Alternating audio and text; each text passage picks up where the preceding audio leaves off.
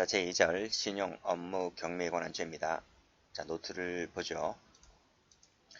자, 노트를 보시면 자, 신용훼손죄가 있고 업무 방해죄가 있고 컴퓨터 업무 방해죄가 있습니다.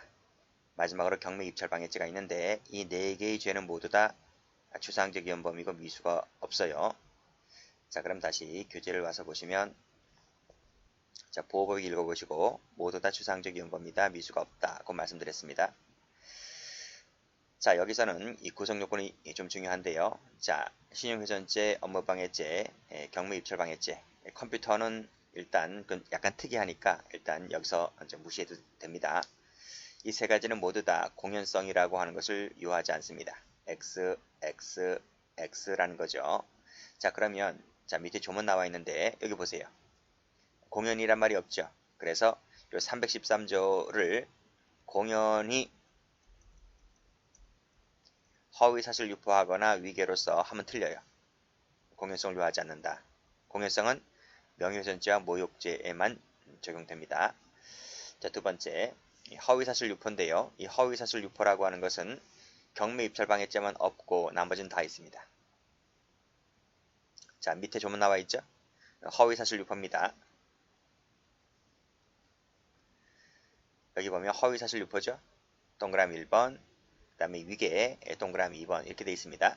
그리고 신용훼손죄는 위력이라고 하는 것이 구성요건 요소가 아니에요. 위력 X. 그래서 밑에 보면 자, 신용훼손죄 보세요. 위계 있죠? 그 다음에 위력 없습니다. X. 그러나 업무방해죄는 다 있습니다. 그리고 경매입찰방해죄는 허위사실 유포는 없는데 나머지 두 가지는 다 있습니다. 자, 됐죠?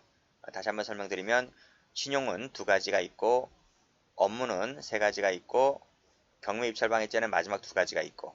자, 그럼 문제 냅니다. 이 신용훼손죄, 업무방해죄, 경매입찰방해죄의 공통된 행위태양이 하나 있죠? 그게 바로 위계다, 위계. 그렇죠? 위계는 세 가지 모두 다 구성요건 요소가 된다는 것 기출된 적이 있습니다.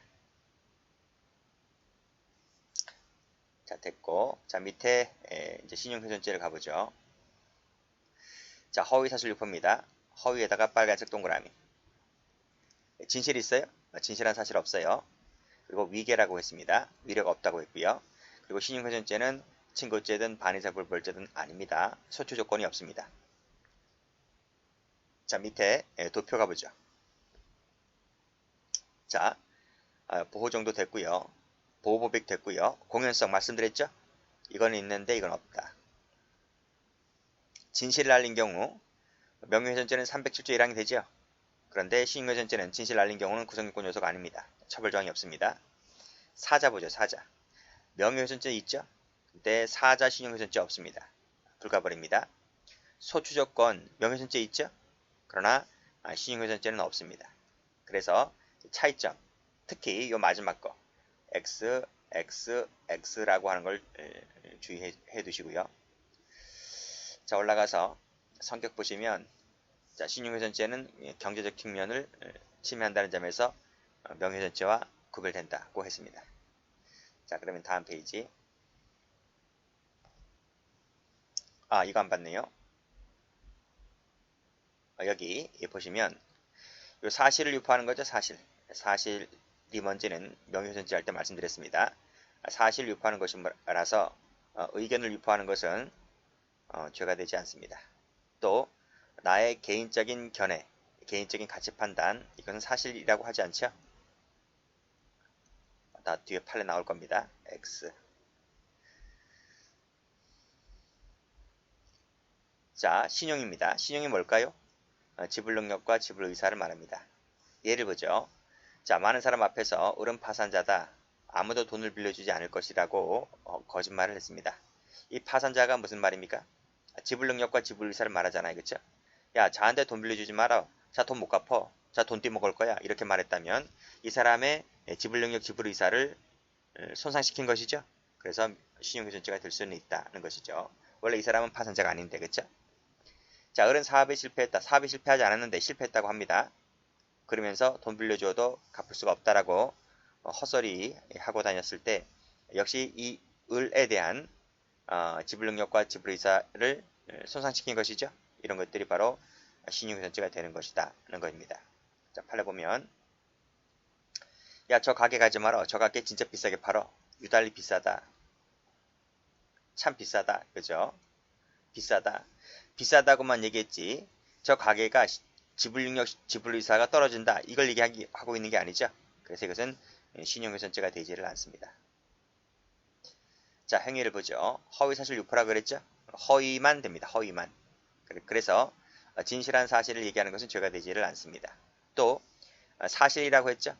사실이라고 하는 것은 여기 증거에 의해서 입증이 가능하다라고 그랬죠? 그래서 보통은 과거나 현재를 말하는데 예외적으로 미래의 사실도 증거에 의해서 입증이 가능하다면 이것도 된다라고 제가 명예훼손죄 때 말씀드렸어요. 사실을 얘기하는 것이기 때문에 의견이나 가치 판단을 얘기하는 것은 사실을 얘기한 바가 아니기 때문에 죄가 되지 않는다라는 겁니다. 관련된 판례 밑에 나올 겁니다. 자, 유포입니다. 유포다. 그리고 말씀드렸듯이 법조문에는 공연이란 말이 없다 그랬습니다. 그래서 공연성을 요하지 않습니다. 됐고, 자, 위계라는 말을 아실 거고요. 기소시기는 추상적 용법입니다. 됐습니다. 자, 밑에 판례 갑니다. 자, 밑에 판례를 가보면 여기 꺽쇠 1번에 나와 있죠. 허위 사실 유포라고 했을 때 사실. 이 사실이란 과거나 현재의 사실을 말한다.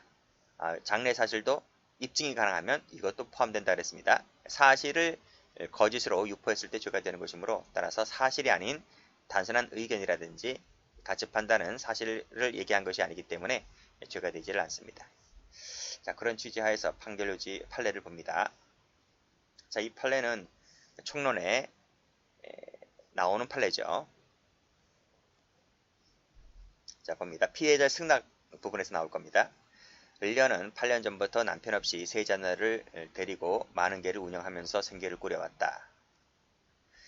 자, 개원들이 개불입금 상황이 원활하지 못하여 감녀로부터 다액의 채무를 부담하게 되자 아파트와 가지도구 일체를 감녀에게 담보로 맡겼다는 거죠. 그러니까 이걸 못 갚으니까, 그쵸? 이 돈을 못 갚으니까 이 채권자인 감녀가 이렇게 생각하는 거예요. 안 되겠다, 그쵸? 개운여권 내가 일체를 인수받아 운영하기로 마음먹는 거지. 돈 못 갚으니까, 그쵸? 그래서 개원 여러 명이 모인 자리에서 이런 얘기합니다. 을려는 집도 없고 남편도 없는 과부다, 이렇게 얘기합니다. 자, 왜 집도 없고 남편도 없는 과부라고 했을까? 왜 집도 없다고 했을까? 집 지금 나한테 담보 잡혔잖아, 그쵸? 집 나한테 담보 잡혔기 때문에 이런 말을 한 것이고, 남편도 없고 과부라는 것은 진짜 사실이잖아, 그쵸? 그래서 이것은 사실, 진실을 얘기한 겁니다. 진실을 얘기한 겁니다. 자, 두 번째, 자, 개불입금을 모아서 도망간다 하더라도 어느 한 사람 도와줄 수 없는 알몸이다 그랬어요. 이거는 뭐예요? 도와줄 수 없는 알몸이다 라고 하는 말은 이 피고인의 개인적인 견해죠. 개인적인 견해예요.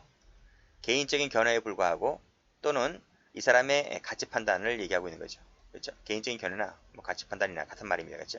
그러니까 이것에 불과하지 사실을 얘기한 바가 없잖아요. 그렇죠? 사실을 얘기한 바가 없습니다. 허위 사실을 얘기한 바가 없죠. 사실도 진실을 얘기한 거지 허위 사실을 얘기한 바가 없기 때문에 결국은 신용훼손죄가 되지를 않는다는 것입니다. 자, 그래서 판결요지를 보시면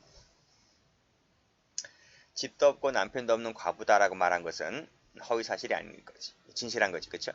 그 다음 개불입금을 모아서 도망가더라도 도와줄 사람이 없다는 취지. 이 취지는 뭐지? 이 취지는 이 사람의 의견이나 평가를 말한 거지. 사실을 말한 게 아니지. 그쵸? 그래서 허위사실 유포는 결국은 아니다는 겁니다. 그래서 신용훼손죄는 되지 않았다는 것이고, 그럼 업무방해죄는 될 거냐? 그 꺽쇠 3번이 바로 총론 시간에 나오는 거예요. 자, 개주를 업무를 대행하는 데 있어서 이 개주가 이를 승인했다는 거야. 승인했다는 거지. 묵인했다는 거지. 이게 왜 승인 묵인으로 나온지를 알아요? 제가 여기서 말씀드렸잖아. 자, 이 을려가 다액의 채무를 부담하게 되자 아파트와 가지도구 일체를 감녀에게 담보로 맡겼다는 부분을 잘 보셔야 돼요. 담보라는 게 뭐예요? 담보라는 게 내가 돈을 빌려 쓰는데 담보를 맡기잖아요. 그럼 내가 돈을 못 갚게 되면 이 아파트와 가지도구 일체는 경매로 넘어가서 처분되는 거잖아요. 그치? 그러니까 그 부분에 대해서 이제 묵시적인 명시적이나 묵시적인 합의가 있는 거예요. 그치? 그 부분에 대해서 판결유지는 승인했다, 묵인했다 이렇게 보는 거야. 심지어는 여기서 나타나지 않았지만 계주 운영권까지 일체를 운영하기로 이것도 일체로 넘긴다는 부분도 이면계약이 있는가 봐요. 그치? 아파트뿐만 아니라 개 운영권까지 넘긴다는 부분이 있기 때문에 이 부분은 피해자가 승인했거나 묵시적 합의를 했거나 이렇게 표현이 됩니다. 결국 이 말은 뭐다? 위법성이 조각된다. 위법성이 조각되어서 업무방해죄가 되지를 않는다. 이렇게 봤습니다. 결국은 꺽쇠 2번에서는 신용훼손죄가 안 되는 거고 꺽쇠 3번에서는 업무방해죄가 되지 않는 거고 그래서 무죄다. 이렇게 보시면 돼요. 퀵 서비스 가볼까요? 자, 꺽쇠 1번에서 신용이라는 개념 정의를 하고 있죠. 지급 능력이라든지 지급 의사에 대한 신뢰를 말한다. 돈을 빌려줬는데 돈 못 갚으면 지급 능력, 그렇죠? 돈 떼먹잖아요, 그렇죠? 돈 떼먹는단 말입니다. 지급 능력도 없고 돈이 없으니까 지급할 리스도 없고 그럼 빌려가지 말아야지, 그렇죠? 근데 빌려간다는 거죠. 자, 여기서는 뭐라 했냐면 퀵 서비스 얘긴데요. 야, 저 가게 가지 마라. 저 가게는 참 불친절해. 배달도 제때제때 지연돼 라고 말을 했다면, 그래서 피해자 운영이 퀵 서비스인 것처럼 이렇게 인식하게 해야 했다면 그 사람의 신뢰를, 지급 능력이나 지급 의사에 대한 신뢰를 해친 것이냐. 불친절하다, 배달 지연된다고 했지 자한테 돈 빌려주면 돈 떼먹는다 이런 얘기 하는 바가 없잖아요. 그치? 그래서 신용을 훼손한 바가 없다는 거죠. 그래서 뭐가 안 된다? 신용훼손죄가 되지를 않는다 하는 것이죠.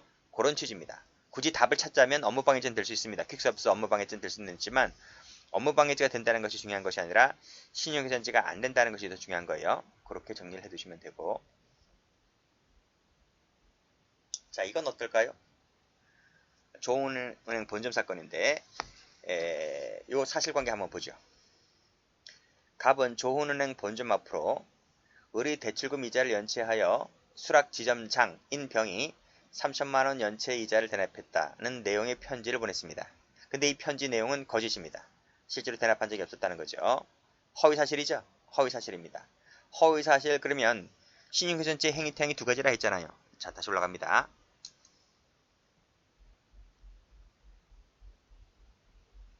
쭉 올라가면 지금 조문이 어떻게 되어 있습니까? 조문이 허위사실 유포, 이게 하나고 두 번째는 위계입니다. 그러면 지금 조은은행 본점 사건 그 사실관계를 읽어봤을 때 허위사실 유포가 되겠습니까? 아니면 위계에 의한 신용훼손죄가 되겠습니까? 이거 두 개 중에 뭡니까? 자, 보세요.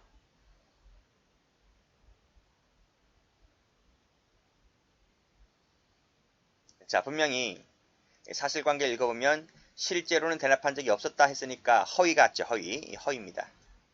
그쵸? 허위죠.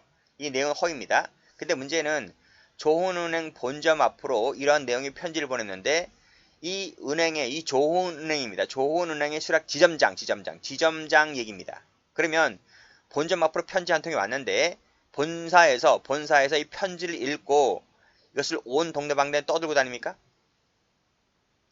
본점은 전파성이 있습니까? 명예훼손죄에서 말하는 전파성이 없다는 거예요. 그래서 유포라는 게 안 된다는 거예요. 허위는 맞는데 허위사실 유포에서 유포가 안 된다는 거예요. 전파성이 없어서. 그래서 허위사실 유포라고 했을 때 허위는 맞는데, 허위사실을 맞는데 유포가 아니기 때문에 허위사실 유포에 따른 신용훼손죄는 안 되는 거예요.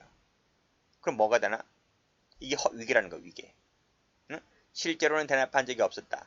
근데 대납한 적이 있었다라고 거짓 얘기를 하고 있잖아요. 그 자체가 상대방에게 오인 착각 부지를 일으키게 하는 것이므로, 즉 조은은행 본사로 하여금 오인 착각 부지를 일으키게 하는 것이므로 위계를 썼다 이렇게 보는 거야. 그러니까 제목이 뭐다? 위계를 썼다라고 하는 거지. 이 사실관계를 그대로 주고 허위사실 유포에 따른 신용훼손죄다. 그럼 틀려요. 그게 한 문제입니다. 자, 주관적 요건. 당연히 고의가 있어야 되겠죠. 그 고의는 미필적이면 됩니다. 그리고 여기도 미필적이면 되는 거죠? 됩니다. 근데 허위라는 구성 요건에서는 적극적 인식을 요한다고 하는 부분인데 노트에 나와 있어요. 노트를 펴보시면 여기 신용훼손죄는 행위태양이 두 가지죠. 허위사실 유포, 위계인데 신용훼손죄 자체를 놓고 보게 되면 미필적 인식이면 족합니다. 근데 그 구성요건 요소 중에 하나인 허위사실 유포에서 내가 허위 사실을 유포하고 다닌다는 이 허위 자체에 대해서는 적극적 인식을 요한다는 것이 판례라고요. 다시 보시면 그 얘기하고 있는 겁니다. 출제된 적이 있고, 그 다음에 이제 명예훼손죄의 관계인데, 당연히 허위 사실 유포했다면 신용훼손죄가 되고요. 자, 진실을 얘기했다면, 진실을 얘기해서 이 두 가지 명예와 신용을 둘 다 훼손했다면 어차피 신용훼손죄는 구성요건 요소가 없잖아요. 이건 죄가 안 되는 거야 결국은. 그래서 이때는 307조 1항의 명예훼손죄만 될 뿐이다 고 하는 것인데, 여기 한번 나온 적이 있어요. 이거 조심하시면 됩니다. 자, 여기까지 합니다.